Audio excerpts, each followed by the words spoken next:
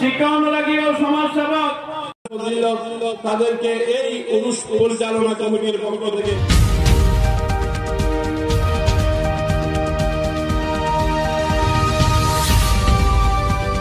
Channel Balkhali সমগ্র বলখালি জুড়ে পবিত্র ঈদে মিলাদুন্নবী সাল্লাল্লাহু আলাইহি ওয়াসাল্লাম আহলে বায়াতে রাসূল ফাতেহায়ে ইয়াজদাহুম ও আওলাদে রাসূল হযরত শাহ শফি সৈয়দ মারুফ ও সৈয়দ কুতুব রহমতুল্লাহি আলাইহ প্রকাশ হাওলা মামা ভাগিনার বার্ষিক ওরস শরীফ নানা আয়োজনের মধ্যে দিয়ে অনুষ্ঠিত হয়েছে।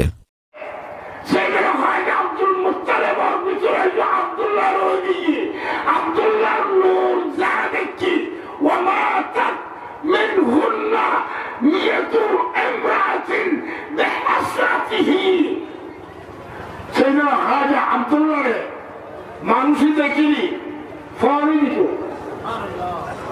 ওয়াল্লাহি খুদার কসম কিতাবের নাম আল-মাউদুন নবী শরীফ খণ্ড নম্বর 1 পৃষ্ঠা নম্বর 19 লাইন নম্বর 3 সাইয়েদনা হাজী আব্দুল্লাহ যেতে রাস্তা দিয়ে আদি দিত মনকে মন আদর রাস্তার দাঁড়ি দিয়ে যেতে হইব নয় এত বেশি হইব সাইয়েদনা হাজী আব্দুল্লাহর গদি বাড়িত।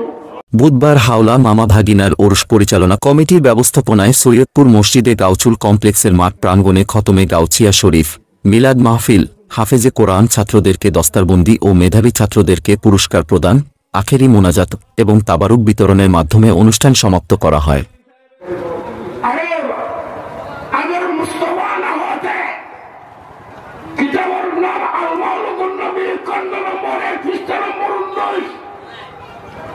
ما كان ليلا ولا نهارا لا جبلا ولا بحرا لا سماعا ولا أرضا এক ভাষায় কোনো কিছু নয়তো যদি নবী নয়তো বিজ্ঞান সেই নাসাতে রকেট পাঠাচ্ছে কোটি কোটি ডলার বাংলাদেশ থেকে একটা স্পেস পাঠাচ্ছে ৫,০০০ কোটি টাকা খরচ হয়েছে।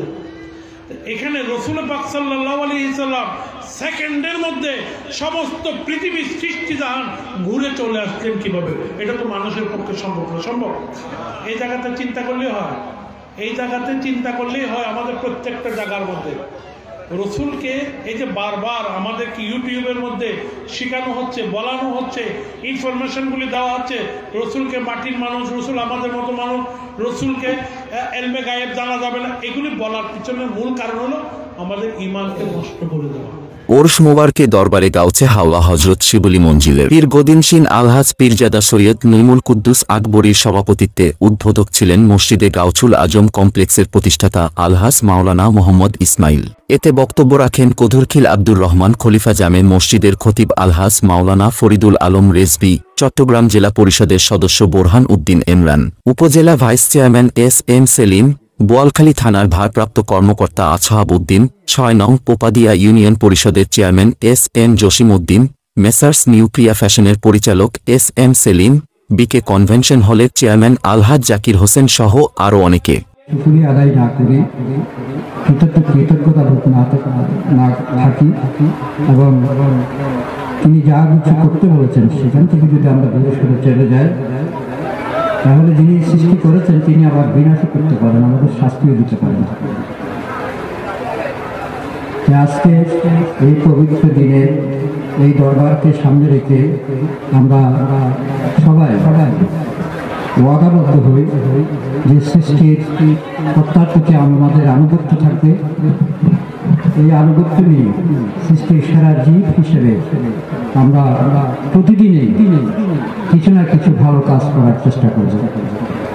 শেষে দেশ ও জাতির মঙ্গল কামনায় দোয়া মোনাজাত করা হয়।